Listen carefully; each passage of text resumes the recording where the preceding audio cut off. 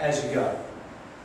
Every 6 steps, kill an ox, kill a fattened calf. It was messy. When we get to the dedication of the temple, it's that messy. There's a lot of sacrificing going on. The people are going in front and they're dancing with all their might. They're worshipping God in this massive way. It sounds to me like they're afraid. They're afraid that God would break out against them as he did against Uzzah. I would imagine that they ensured the ark was really securely fastened to that particular cart, maybe in a cage. Okay? They were ready for God because they didn't want this to happen again. But do you get the picture? God is not tame.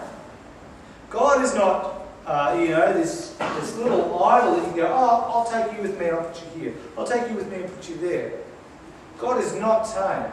And so they are doing everything they can to ensure that God is not going to be unhappy with them. They might have been doing this as a bribe or as a distraction from God. I'm not sure what was going on in their mind. But actually they find out it's not necessary. God, rather than being cranky with them, is happy to bless. So in all of this, David goes dancing in front of the ark, carrying the cart, in front of the cart that's carrying the ark of the covenant of the Lord. All of Israel, we're told, brought the ark up with shouting and celebrations. As they come into the town of Jerusalem, Michal, David's first wife, daughter of Saul, sees him. Have a look at chapter 6, verse 16. What does verse 16 say about her attitude towards David? Anyone? She despised him. Flick back with me to 1 Samuel 18, verse 20. A bit of flicking around today.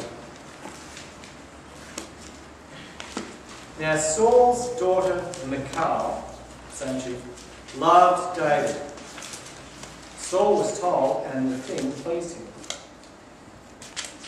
So Saul wanted to kill David. So at this stage, Saul's pretty angry with David because everyone's saying how good he is. So he told David that he could marry her if David brought 100 Philistine foreskins to the king. Dave's not having that job. David's king, he collects 200. Verse 27, Saul gave him his daughter, Michal, as wife. Saul's trying to get him killed. He thinks, go and kill 100 Philistines. No way. 200. Okay.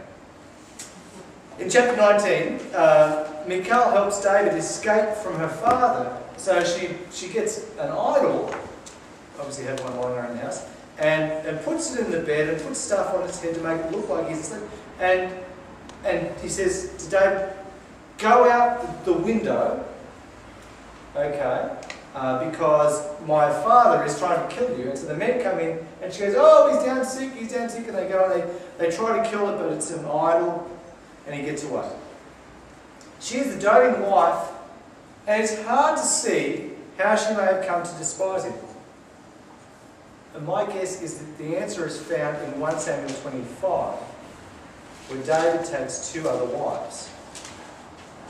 At this point, we're informed that Saul gave her as a wife to Paltiel, some other dude.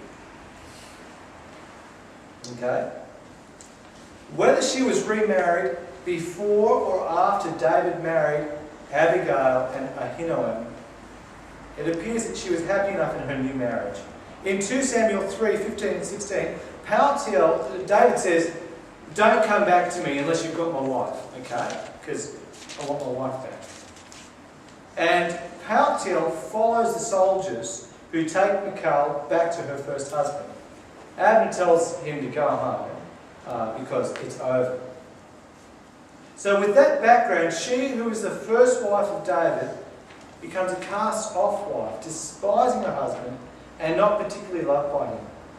She's even sarcastic to him. There's sarcasm in the Bible, did you know that? Look at chapter 6 of 2 Samuel, verse 20. David returned to bless his household, But Michal, daughter of Saul, came out to meet David and said, "How the king of Israel honoured himself today, uncovering himself today before the eyes of his servants' maids, as any vulgar fellow might shamelessly uncover himself." She's being sarcastic. She's accusing him of being a flatterer to, not even to, important people, but to the servant girls. And David says, "I will be even more undignified than that, and God will be honoured by them." It's quite sad that the last word we have of Michal is that she had no child till the day of her death. David and his wives will become a topic of conversation for us in the future. And I can't help thinking, what if? I know there's no point because it's already happened. But what if he'd remained true to his first wife, taken her with him? Anyway, we don't have access to that.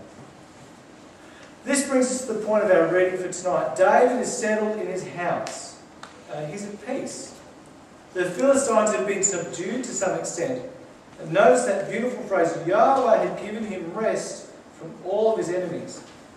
And David goes, okay, there's no more fighting to be done.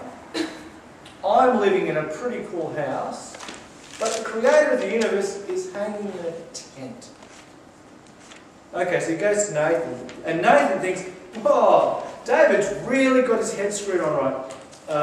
Okay, David's thinking about someone other than himself for the first time.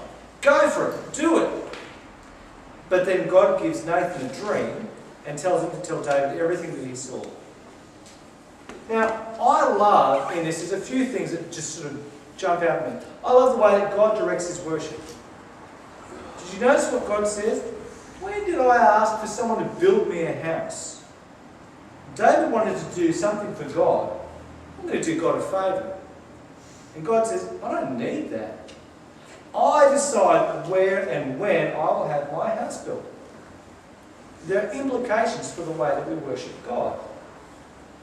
Understand that as far as David's concerned, this is an act of worship, of giving to God, of building something for God, of doing something for God. And God says, that's not for you. Okay?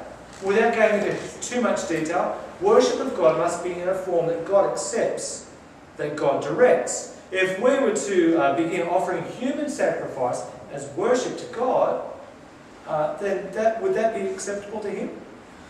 Well, no. Just in case you're wondering. No. God has said that it's forbidden. David wants to build a temple, and God forbids it to David. We find out in 1 Chronicles 22 that it's because David has shed so much blood that he is not to build a temple. But next, what has God done for David? Well, you first. What does this passage tell us about what God has done for David? That's when you speak. I wish I could do voice. Yeah. Cricket noises. Sorry? The cricket noise.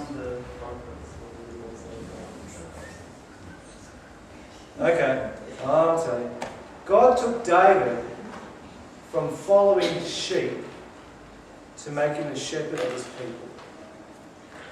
Okay? And here's the thing that struck me as I read it.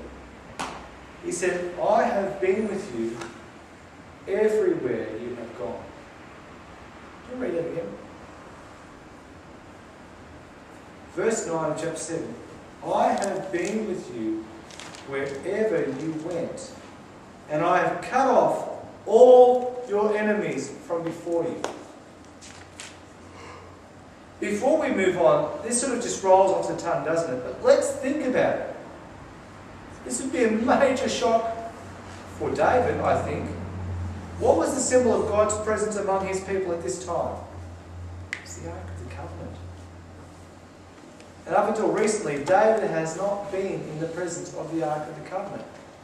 But God has been with David all this time. We go, yeah, I know. I know, God is everywhere. God is,